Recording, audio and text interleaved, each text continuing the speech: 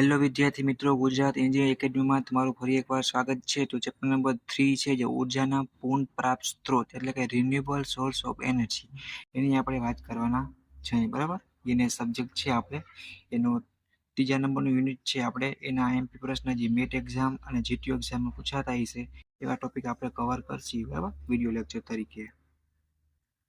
તો પેલું જ આઈએમપી વ્યાખ્યા છે આપણે, બરાબર, કે એનર્જી એટલે ઉર્જા અથવા શક્તિ. બરાબર, આ વ્યાખ્યા તમે આપણે એન્જિનિયરિંગ ફિલ્ડમાં ઘણી બધી વાર યુઝ થતી હોય છે. બરાબર, ને ઘણી બધી વાર સબ્જેક્ટમાં આમ કહેવાય ને કે આપણે રિપીટ થતી હોય, ઘણી વાર રિપીટ થતી હોય. બરાબર, તો જોઈએ કે એનર્જીની વ્યાખ્યા શું એટલે કે ઉર્જા, કોઈ પણ કામ કરવાની ક્ષમતા અને ઉર્જા એટલે કે એનર્જી કહેવાય. તો સિમ્પલ એવી નાનકડી એવી વ્યાખ્યા છે. બરાબર, તો તમારે યાદ રાખીને મોસ્ટ આઈએમપી છે. બરાબર, આ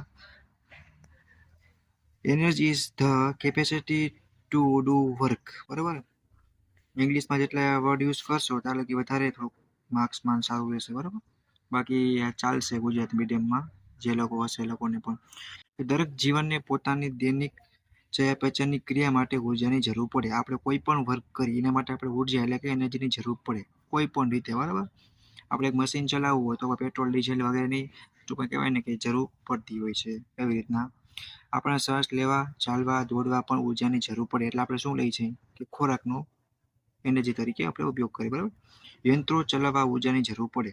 એ ઉર્જા છે એ કોઈ પણ રૂપે હોઈ શકે. બરાબર, આપણે બાઇક કે હોન્ડા ચલાવી હોય તો એમાં એ મુજબ ઉર્જાની જરૂર પડે. બરાબર, પછી આપણે ખુદને ચાલવું હોય, બરાબર, તો આપણે ખોરાક લઈએ તો એમાં ઉર્જાની જરૂર પડે. How to different type of ઉર્જા એવેલેબલ છે. બરાબર, આપણે કઈ રીતે ક્યાં યુઝ કરવી એ જોવાનું છે. પણ કામ કરવાની ક્ષમતા છે, બરાબર, કેપેસિટી છે વર્કની, એને આપણે એનર્જી કહેવાય છે. સિમ્પલી એટલું હતું. આ એટલો આઈએમપી ટોપિક છે. બરાબર, બધી બ્રાન્ચમાં લાગુ પડે. આ એનર્જી રહીને એ મોસ્ટ ઓફ ઇલેક્ટ્રિકલ, મેકેનિકલ છે, પછી સિવિલ છે, ઘણી બધી બ્રાન્ચ છે કે આ વ્યાખ્યા એન્જિનિયર તરીકે આપણે આ વ્યાખ્યા ખબર હોવી જોઈએ. બરાબર, હવે આપણે ઉર્જાનું વર્ગીકરણ એટલે ક્લાસિફિકેશન ઓફ એનર્જી જોઈએ. બરાબર, કેટલા પ્રકારની એનર્જી હોઈ શકે છે આપણે જોઈએ, તમને વધારે આઈડિયા આવશે.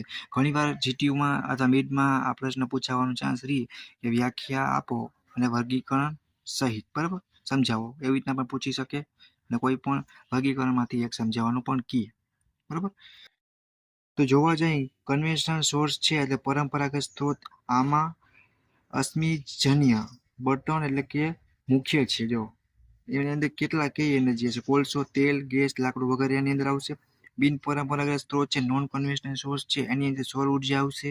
બરાબર, પવન ઉર્જા છે, ભૂભૌતિક ઉષ્ણતા શક્તિ છે. બરાબર, સામુદ્રિક શક્તિ, પશુ શક્તિ, બાયોગેસ, અણુશક્તિ વગેરે આમાં યુઝ થાય છે. એટલા પ્રકારના ટાઈપ્સ પડે છે એનર્જીના. એનર્જી કોઈ પણ રૂપે હોઈ શકે છે. બરાબર, હવે આપણે એની અંદર જોઈએ તો પુનઃપ્રાપ્ત થવાની શક્યતાના આધારે વર્ગીકરણ જોવા જઈએ. પુનઃ અપ્રાપ્ત સ્ત્રોત આવશે અને પછી પુનઃપ્રાપ્ત સ્ત્રોત આવશે. બરાબર, તો આપણે જોઈએ અત્યારે કે જે સ્ત્રોતો બનતા લાખો વર્ષ લાગે છે અને જે પૃથ્વીની ઉત્પત્તિ લઈને માનવ સૃષ્ટિની શરૂઆત પહેલા બન્યા હતા તેવા સ્ત્રોતનું પુનઃ અપ્રાપ્ત સ્ત્રોત કહેવાય છે. લગભગ બધા જ પરંપરાગત સ્ત્રોત છે એ પુનઃ પ્રાપ્ત છે. જેમ કે કોલસો છે એ આપણે ઉત્પત્તિ થઈ એટલે મનુષ્ય એની મોર બની ગયું. તેલ છે, ગેસ છે વગેરે. બરાબર, લાકડાઓનો આમાં સમાવેશ થતો નથી કારણ કે વૃક્ષ 2-3 દશકામાં તૈયાર થઈ જાય છે. રેડી, પછી પુનઃપ્રાપ્ત સ્ત્રોત જોવા જઈએ રિન્યુએબલ સોર્સ આવશે. બરાબર, તો સૌર ઉર્જા છે, પવન ઉર્જા છે, સામુદ્રિક ઉર્જા છે અને લાકડું વગેરે છે. એ કઈ ઉર્જાના જે સ્ત્રોત સતત મળ્યા કરે છે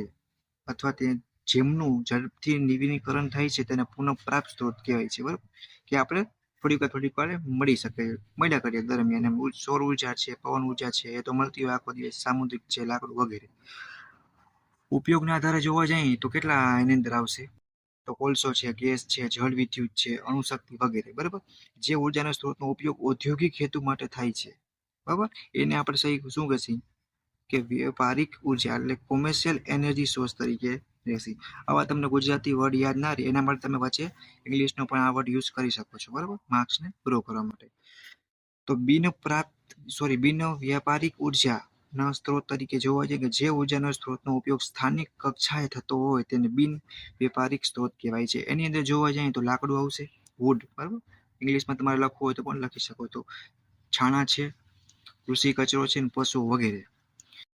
પછી જોઈએ આપણે કે વિશ્વમાં ઉર્જાના સ્ત્રોતનો ઉપયોગ પ્રમાણ છે એમાં ગ્રાફિકલી દર્શાવ્યું છે. જો એનર્જી સોર્સ છે આ ઘણીવાર પૂછી શકે, બરાબર, આ સબ્જેક્ટ એવો છે. તો તમારે પ્રોપર વ્યવસ્થિત બધું ઓઇલ છે, કોઇલ છે, ગેસ છે, હાઇડ્રો ઇલેક્ટ્રિકલ છે, ન્યુક્લિયર છે, સોલિડ, વિન્ડ, થર્મલ, બરાબર, તો તમારે વ્યવસ્થિત લખી નાખ. યુટિલાઇઝેશન પણ આપ્યું છે. રેડી.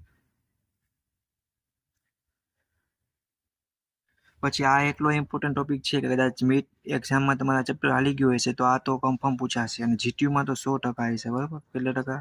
100%. એટલો એમપી છે આ ચેપ્ટરમાંથી. જોકે ઘણા બધા સેમેસ્ટરમાં અમુક સબ્જેક્ટમાં આ રિપીટ થતો જ હોય છે. તમે તમારા સિનિયરને પણ પૂછીને ચકાસી શકો છો. તો પરંપરાગત ઉર્જા સ્ત્રોત આવશે ને બરાબર, તો કન્વેન્શનલ સોર્સ આવશે અને non conventional source of energy આવશે. તો આપણે જોઈ દશક જેવા આપ્યા છે, આપણે ઓછામાં ઓછા 8 તો યાદ રાખવાના, બરાબર. તો આ સ્ત્રોત મર્યાદિત જથ્થામાં પ્રાપ્ત થાય, બરાબર. લિમિટેશન છે, આ સ્ત્રોત જથ્થો અમર્યાદિત છે, બરાબર. વપરાશથી પ્રદૂષણ ફેલાય છે, બરાબર. અને આની અંદર બિન પરંપરાગત ઉર્જા સ્ત્રોત ફેલાતું નથી. આની માંગ વધી જાય છે, બરાબર. આની માંગ અચળ રહે છે. આ કિંમત છે કોસ્ટ છે, બરાબર. કોસ્ટલી છે, કોસ્ટ વધારે અને આ કિંમત નજીવી એટલે કે થોડી છે, ટૂંકમાં લેસ છે, ઓછી. સ્ત્રોત મર્યાદિત હોવાથી અછત સર્જાઈ શકવાનો ભય રહે, બરાબર. આની અંદર જોવા જઈએ તો સ્ત્રોત અમર્યાદિત હોવાથી અછત સર્જાવાનો પ્રશ્ન નથી. ઉર્જા સ્ત્રોત પર વ્યક્તિ કે રાષ્ટ્રની માલિકી હોય છે, બરાબર. આની અંદર હોય છે. રેડી.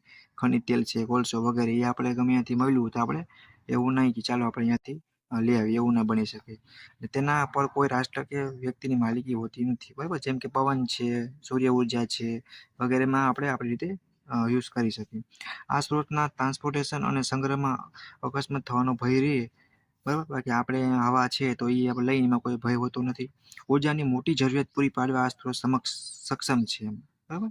અને આ સ્ત્રોત વડે ઉર્જાની નાની જરૂરિયાતો સંતોષી શકાય છે, મોટી નહીં એટલીસ્ટ નાની.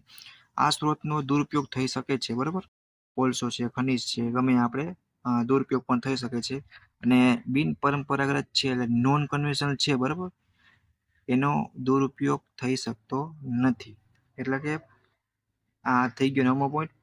એક્ઝામ્પલ જ્યારે તમે તફાવત લખો, બરાબર, તો એક ખાસ વસ્તુ ધ્યાન રાખવાની તમારે કે જે આ દાખલા તરીકે છે, ઉદાહરણ તરીકે એક્ઝામ્પલ તરીકે એ તમારે લખવાનું, એટલે આઈડિયો આવે એ લોકોને કે આ છે એ કેમાં આવે છે, પરંપરાગત ઉર્જા સ્ત્રોત એટલે કન્વેન્શનલ સોર્સ ઓફ એનર્જી, બરાબર.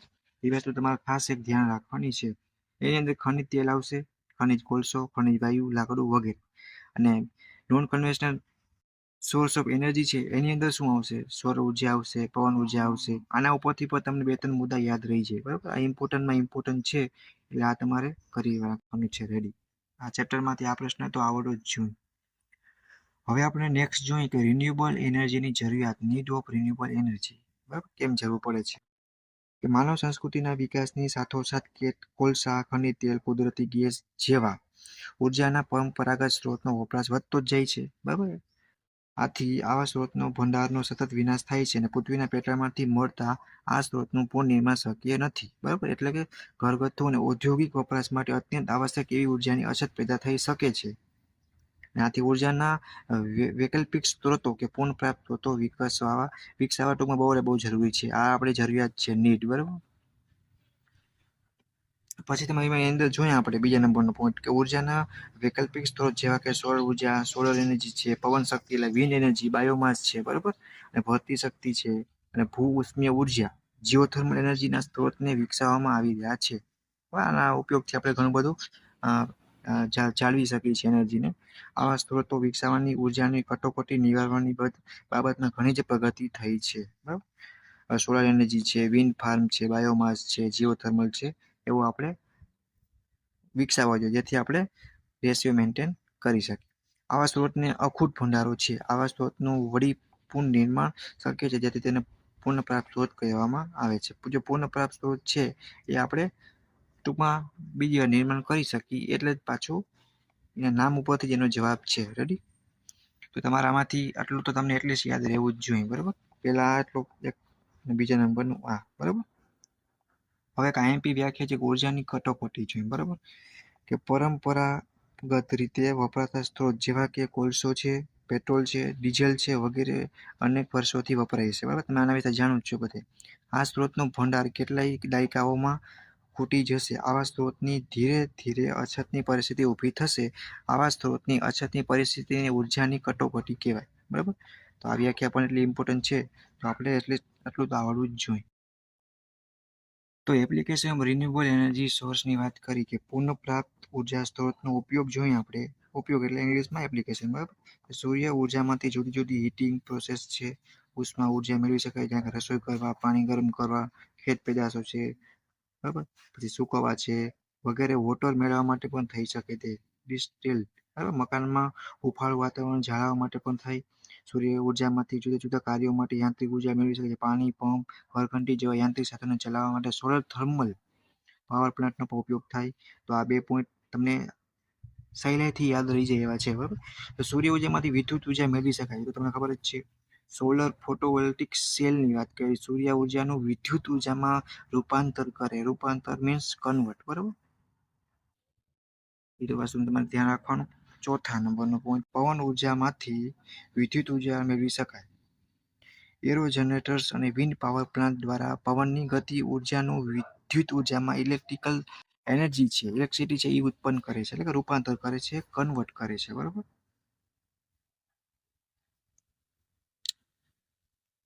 પછી આપણે જોવો છે તો ઘરઘંટી, પાણીનો પંપ જેવા યાંત્રિક સાધનો ચલાવવા પવનચક્કી દ્વારા ઉત્પન્નની ગતિ ઉર્જાનું યાંત્રિક ઉર્જામાં રૂપાંતર કરી શકાય. એટલીસ્ટ તમને આમાંથી તમારી રીતે લખી શકો, ક્યાં ક્યાં બેનિફિટ થઈ છે એ તમારે એટલીસ્ટ કવર કરવા પડે પોઈન્ટ. બરાબર, તો બાયોમાસમાંથી આ જો ભરતીજન્ય છે ઉર્જામાંથી યાંત્રિક ઉર્જા અથવા વિદ્યુત ઉર્જા મેળવી શકાય.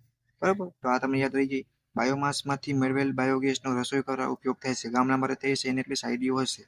પાણી ગરમ કરવા, પ્રકાશ ઉર્જા મેળવવા, આંતરિક દહન એન્જિન ચલાવવા, ફ્યુલ તરીકે પણ થઈ શકે છે. બરાબર, તો આમાં તમને કોઈ પણ યાદ રહી એટલીસ્ટ એટલે તમારે યાદ રાખી લેવાના. ઓછામાં ઓછા 7 તો તમને આવા આવડતા જ હોવો જોઈએ. બરાબર, સૌર ઉર્જા છે, સોલાર એનર્જી. બરાબર, કે સૂર્ય એ સૌર ઉર્જાનું મુખ્ય ઉદ્ગમ સ્થાન છે, એટલે કે સેન્ટર પોઈન્ટ તરીકે સમજી શકો કે ત્યાંથી આપણે સૂર્ય ઉર્જા મળે. તો સૂર્ય એક વિશાળ હાઇડ્રોજન રિએક્ટર છે અને સૂર્યમાં થતી અણુ પ્રક્રિયાના લીધે પૃથ્વી પર ઉર્જા, ગરમ અને પ્રકાશ મળે છે. આથી સૌર ઉર્જાનો વધુમાં વધુ ઉપયોગ કરવા માટે સંશોધન થઈ રહ્યા છે. બરાબર, આ સ્ત્રોતમાંથી પૃથ્વીની જરૂરિયાત કરતાં અનેક ગણી ઉર્જા મળી શકે તેમ છે. બરાબર, તો તમારે એટલીસ્ટ આટલું તો તમને આવડવું જ જોઈએ. બરાબર, મેથેમેટિકલ તમારા 2-3 નંબર છે એ યાદ રાખી લેવાના. બરાબર, વોટ છે કેટલો છે, પછી એમાં જોયું કે સૂર્યમાંથી પ્રતિ સેકન્ડે કેટલી મળે છે, તો તમારે એ વ્યવસ્થિત લખી નાખવાનું. સૂર્ય ઉર્જાના ઉપયોગ જોઈએ, આ તો ખાસ પૂછાતો હોય પ્રશ્ન. બરાબર, શોર્ટમાં પૂછાય ને મોટા માર્ક્સમાં પણ પૂછી શકે છે. સૂર્ય કુકરથી રસોઈ કરવા, આ તો બધાને ખબર જ હશે. સોલાર ટ્યુબલાઇટ ટીવી ચલાવવા માટે, સોલાર પંપ વડે પાણી ખેંચવા માટે. બરાબર, સોલાર રેફ્રિજરેટર ચલાવવા માટે, સોલાર હીટર પાણી, આ જે ઉપયોગ હતા એ ઘરગથ્થુ ઉપયોગ હતા. બરાબર, આપણે ઘરે યુઝ કરી શકીએ માટે. સોલાર થર્મલ પાવર સ્ટેશનમાં વિદ્યુત શક્તિ ઉત્પન્ન કરવા માટે યુઝ થાય. બરાબર, હોસ્પિટલ, ડેરી ઉદ્યોગ છે, હોટલમાં સોલાર હીટરથી પાણી ગરમ કરવા માટે. બરાબર, સોલાર એર હીટર ચલાવવા માટે, સોલાર ગ્રીન હાઉસમાં વનસ્પતિની જાળવણી કરવા માટે પણ ઉપયોગ થાય. ખેતીવાડીમાં પ્રોસેસ હીટિંગ કરવા માટે, સોલાર પંપ વડે પાણી મેળવવા માટે, ડિસ્ટિલ વોટર મેળવવા, સોલાર રેફ્રિજરેટર અને એર કન્ડિશનિંગ સિસ્ટમમાં. બરાબર, જેના ફાયદા હોય બરાબર એનું સામે ગેરફાયદા હોય, એટલે કે મર્યાદા પણ કંઈક હોય છે. તો જો પહેલો છે આઈએમપી તમારે વાક્ય યાદ રાખવાનું હોય તો સૌર ઉર્જા એકમ ક્ષેત્રફળ દીઠ ઓછામાં ઓછી માત્રામાં મળે. બરાબર, અને વધારે ઉર્જા મેળવવા વિશાળ જગ્યાની જરૂર પડે. અને સૌર ઉર્જાને કેન્દ્રિત કરવા ખર્ચાળ છે. બરાબર, અને રાતે મળતી નથી. સૂર્ય આપણે સવારે જોઈએ, રાત્રે તો હોય નહીં. બરાબર, તો એ વસ્તુ જોવાનું છે. ચોમાસામાં કે વાદળછાયા વાતાવરણમાં પણ સૂર્ય આપણે ઘણીવાર દેખાતો નથી. બરાબર, આરામ કરવા વયો જાય છે. તો સૌર ઉર્જાનો મોટા પાયે સંગ્રહ કરવાનું શક્ય બનતું નથી. સૂર્ય ઉર્જા છે તમે મેળવતા હોય. બરાબર, કપડાં સુકાવવા માટે આપણે રાખ્યા એક્ઝામ્પલ તરીકે સમજવા માટે, તો જ્યારે સૂર્ય હશે બરાબર તો કપડાં સુકાઈ જશે. આપણે એવું તો નથી બનતું કે થોડીક વાર સૂર્ય શક્તિને આપણે સંગ્રહ કરી રાખીએ. બરાબર, કે સ્ટોર કરી રાખી, જ્યારે અંધારું હશે ત્યારે પણ આપણે એનો યુઝ કરી શકીએ. એવું પોસિબલ નથી. રેડી?